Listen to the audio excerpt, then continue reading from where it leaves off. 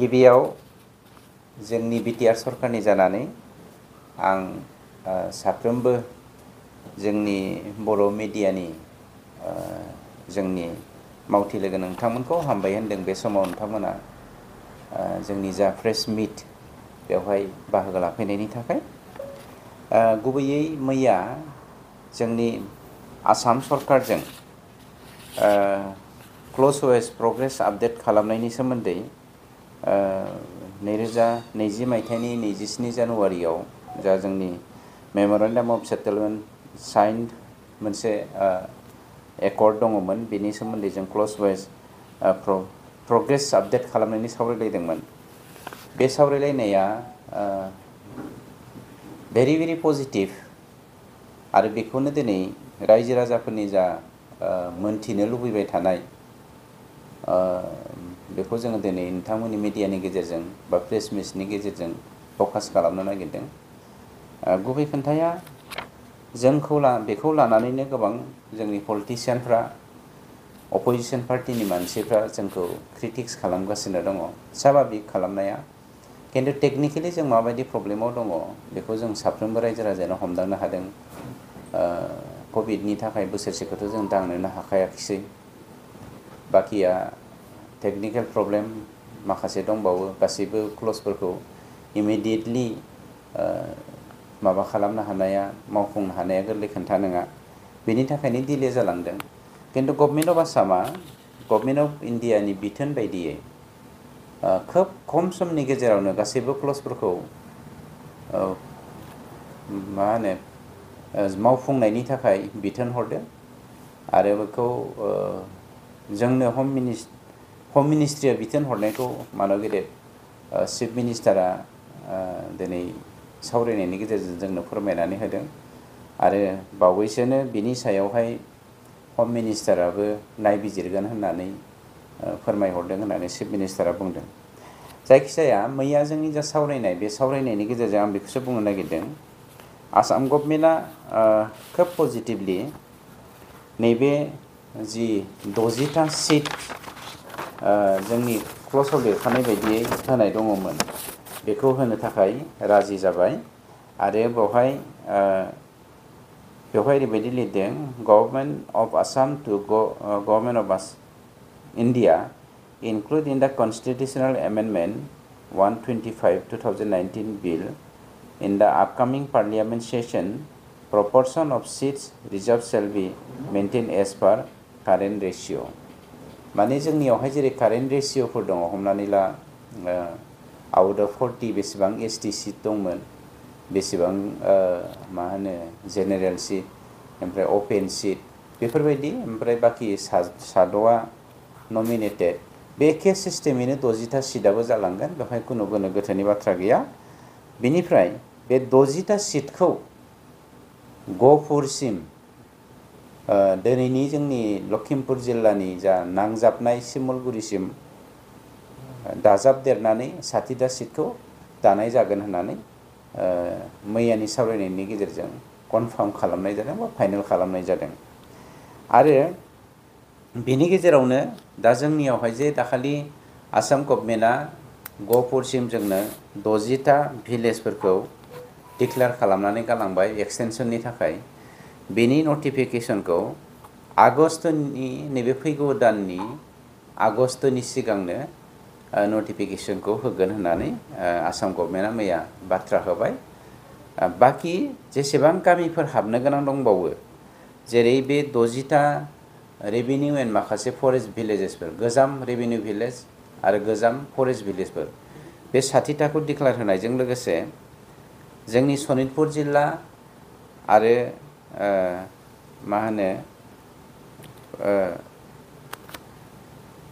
बिश्वनाथ जिल्ला, बेवहाय जेसेबां गामिफोर सोदेरलांबाय, बे सोदेरनायखौबो बेवहाय दाजाबदेरनायनि बाथ्राखौबो बिथाङा मैया बाथ्रा होदों।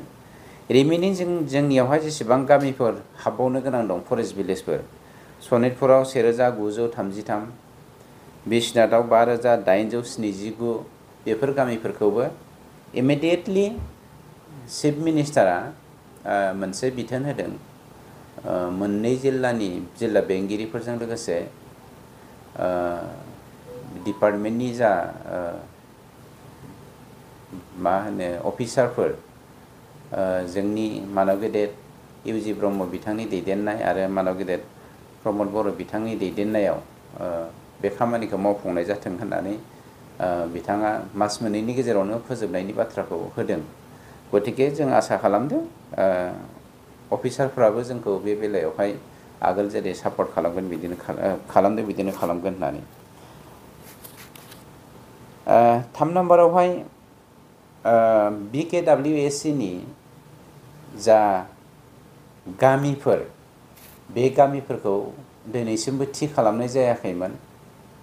बे गामिफोरखौ बावैसोनो अफिसारफोरखौ मावख'गिरिफोरखौ मानव गेदेर चिफ मिनिस्टारा नटिफिकेसन होनानै क्लियार खालामनायनि बाथ्राखौ जोंनो होदों।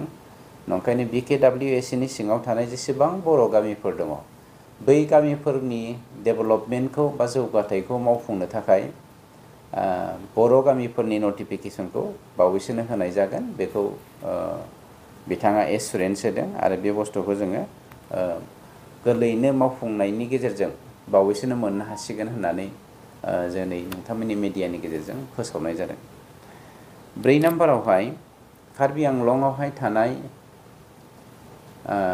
डिमा हासावआवहाय थानाय बर'फोर जाय ST हिल्स एरियायावहाय बे हालामनि थागिबिफोरखौ जेरै ST हिल्स होननानै बुंदों आरो हायेनाव थानाय कार्बि फंबायफोरखौ बा जोंनि मा होनो डिमासा जोंनि बिदा फंबायफोरखौ बिथांमोननो मा होनो प्लेन ST होनायजों लोगोसे हाजोआव थानाय बर'फोरखौबो हिल्स ST होनायजों लोगोसे बे समस्याखौ समाधान खालामनो थाखाय गोख्रैनो बिथाङा एसुरेन्स होदों आरो बावैसोनो गासैबो माहारियारि आफादफोरजों लोगोसे जोंनि BTR सरकार आरो कार्बि आंलंनि माहारियारि आफादफोर डिमा हासावनि माहारियारि आफादफोर बिथांमोननि गभमेन्टनि मानसिफोर ज' जाजाय रायलायलायनायनि गेजेरजों समाधान खालामनो थाखाय बिथाङा एसुरेन्स होदों।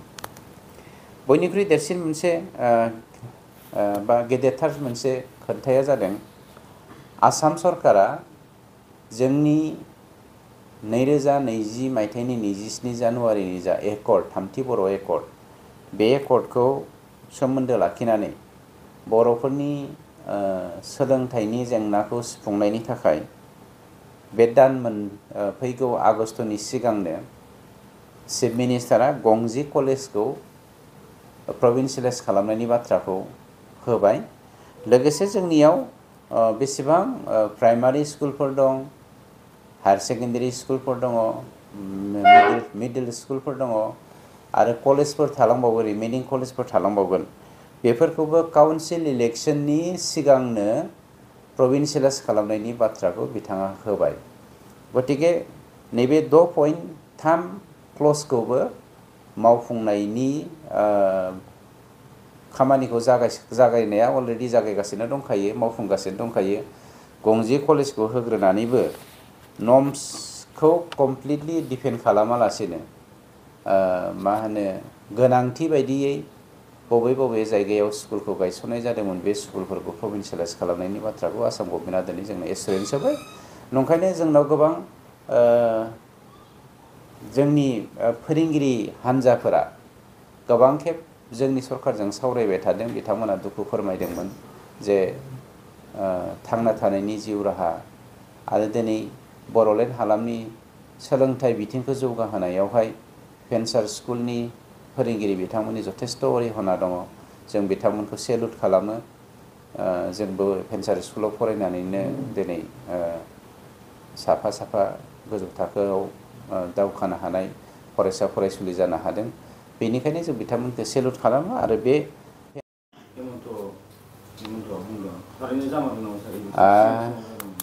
मानव गेदेर दिनैनि आसामनि गिबि मन्त्रि बिथां डक्टर हिमन्त बिश्व शर्मा जाय बिथाङा पजिटिभलि आसामनि गासैबो बासिन्दानि थाखाय आसामनि रायजो राजाफोरनि थाखाय बिटिसिनि रायजो राजाफोरनि थाखाय जों दे मोनसे सुरक्षानि सिङाव दङ बेखौ पारमानेन्ट खालामनो थाखाय दिनै जा जा बेबस्था लादों बे बेबस्थानि गेजेराव इभिक्सन होननाय मोनसे खामानि मावनो गोनां खामानि बेबो मोनसे बाहागो बा बेबो मोनसे दफा। गतिके इभिक्सननि बेलायाव आसामावहाय चिफ मिनिस्टार बिथाङा जा खामानिखौ मावगासिनो दङ जेनुइन जा खामानि जोंहा बेवहाय जेब्लायबो सापर्ट दंखायोआनो जोंनि बिटिसि सरकाराबो आरो जोंनि बिटिसिनि जेनुइन खामानिनि सायावबो आसाम गभर्नमेन्टआ जेब्लायबो सापर्ट दङ हेल्प मा होनो नोजोरबो खालामबाय थादों आरो मैयानि जथुम्मानि गेजेरजों बिथाङा खोब एप्रिसिएसन खालामदों जे जोङो हानि बेलायावहाय खोब मोजाङै खामानि मावलांगासिनो दङ होननानै। दा नैबे बेलायाव इभिक्सननि बेलायाव जोंनि सरकाराबो मालाबाबो कमप्रमाइज खालामा। 2006 मायथाइनि उननि जायफोरा हाग्रा दानदों बिथांमोना गोबाङा सोरनिबा थुनजुलायनायावहाय होनदों जोङो बियो बे हालामनि थागिबि मोनसे हारि नंखायनो जोंहा मोनथाय दङ। आं दाना बाथ्राखौसो बुंनो नागिरदों मोनथायनि बाथ्राखौ बुंनानै हारिनि मोनथायखौ जोङो फोजोबनो नाङा। जोंनियाव गोबां पलिटिसियानफोर दङ गोबां राजखान्थियारि फलानफोर दङ खाबु लुबैसुलाफोर दङ जाय बिथांमोना गावनि बेक्तिगत स्वार्थनि थाखायल' मावो। नंखायनो इलेक्सनाव जों कमप्रमाइज खालामा बेखायनो जों कमप्रमाइज खालामा होनदों। दिनै बिपिएफनि गोबां दालालफोरा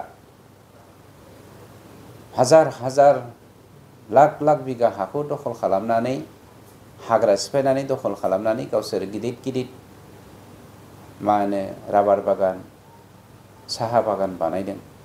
गुबुन फारसे जोंनि 62% बांसिन हा गैजायै सुबुंफोरा आलाय सिलाय जाबायबायनानै दङ। बिथांमोननो हा होनो नागारनानै गावसोर हाग्रा दाननायनि थाखायनो जोंनि रायजो राजाफ्राबो गाव गावनि हाखौ फाननानै दिनै हाग्रा दाननो स्टार्ट खालामदों। बेखौ जों कमप्रमाइज खालामा बेखौ जों इभिक्सनखौ खालामखागोन।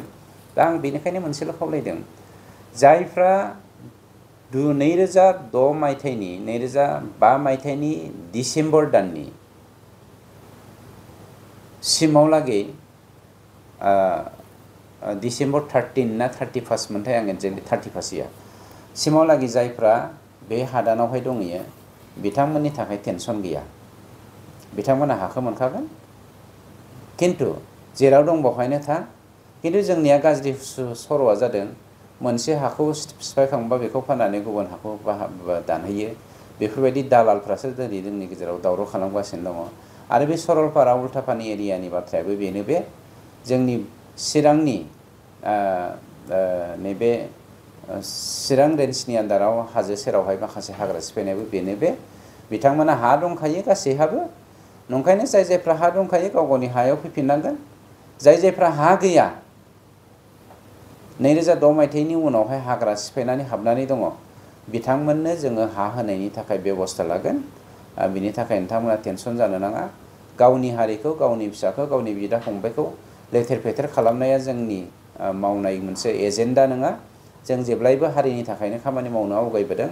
किन्तु हारिखौ बासायनायजों लोगोसे हाग्राखौ बासायनायनि दायित्वखौ जों बयबो लानांगोन। नंखायनो बावैसोनो सरलपारा एरियानि 23 गामिखौ जोङो इभेक्सन खालामनो थांगासिनो दङ। बेखौ जों कमप्रमाइज खालामा।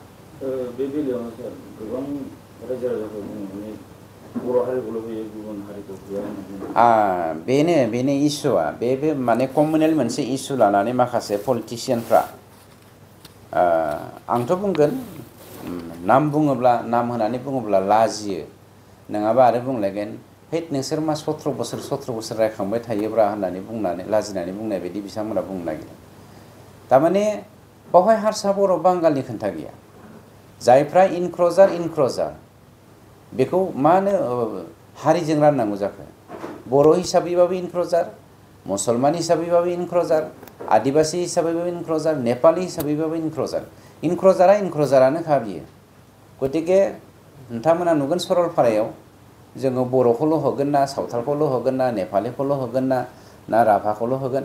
जाय इनक्ल'जार बेखौनो होगोन। जों बे इनक्ल'जारखौ जात पात रानाखै। इनक्ल'जारानोखा बे बर' हारसा बांगाल जंगाल जेखियानो जाया बे इनक्ल'जारानोखा बिटिसिआव थानाय गासैबो इनक्ल'जारखौ सरलपाराल' नङा गासैबो इनक्ल'जारखौ देग्लायनि गेजेराव डिसेम्बरनि सिगांनो जोङो होहरजोबनायनि बेबस्था लादों बेखौ जों कमप्रमाइस खालामा आरो मोनसे खोथा दंबावो सार जाय बे खामानिखौ मावगासिनो माने स्टेटनिफ्राय हेमन्तनि बिथोन बायदि मावगासिनो फेरेंगा सारा होननानै बुंबाय थायो आरो जों बिबेक गैयै सुबुं नङा जाम्बा नङा जोङो हारिनि थाखायनो जोङो अस्त्र हमदोंमोन हानि थाखायनो जोङो अस्त्र हमदोंमोन हाखौ माबायदि संरैखा खालामनांगौ हारिखौ माबायदि संरैखा खालामनांगौ बेखौ सोरनिबा साजेसनाव जोङो मावग्रा नङा हारिनि थाखाय जिखुनु खेथ्रआवनो जों सेक्रिफाइस खालामनो दिनैबो राजि दङ सोरबा सोरबाया बै राजा लामा गाथेहैनायखौ अस्त्र हमनायखौ मिनिहैग्रा मानसिफोरा बिल्डिं सिङाव थानानै एसि न' सिङाव थानानै बुंग्रा मानसिफ्रा दिनैबो बेखौनो बुंनो नागिरो रायजोफोरखौ इनस्टिगेसन खालामनानै थुलुंगानानै गतिके बावहाय सोर मा बुङो मा बुङा जों बेखौ खोनासङा जोंनि हारिया रोजा रोजा मुलुगा थांनानै माने जोबस्राङासिम मानि जोंनि हारियाबो जोबस्रांनो मोना थांनानै थानांगोन राव हारिमुवा जेब्लायबो जोंगा मागा जाना थानांगोन बे बेबस्थाजोंसो जों खामानि मावनो थांगासिनो दङ सोरबा थाम्फै दंग्रा सोरबा अंखा खिफिफ्रा माबा माबि बुंनायखौ जों बेखौ गुरुत्त' होआ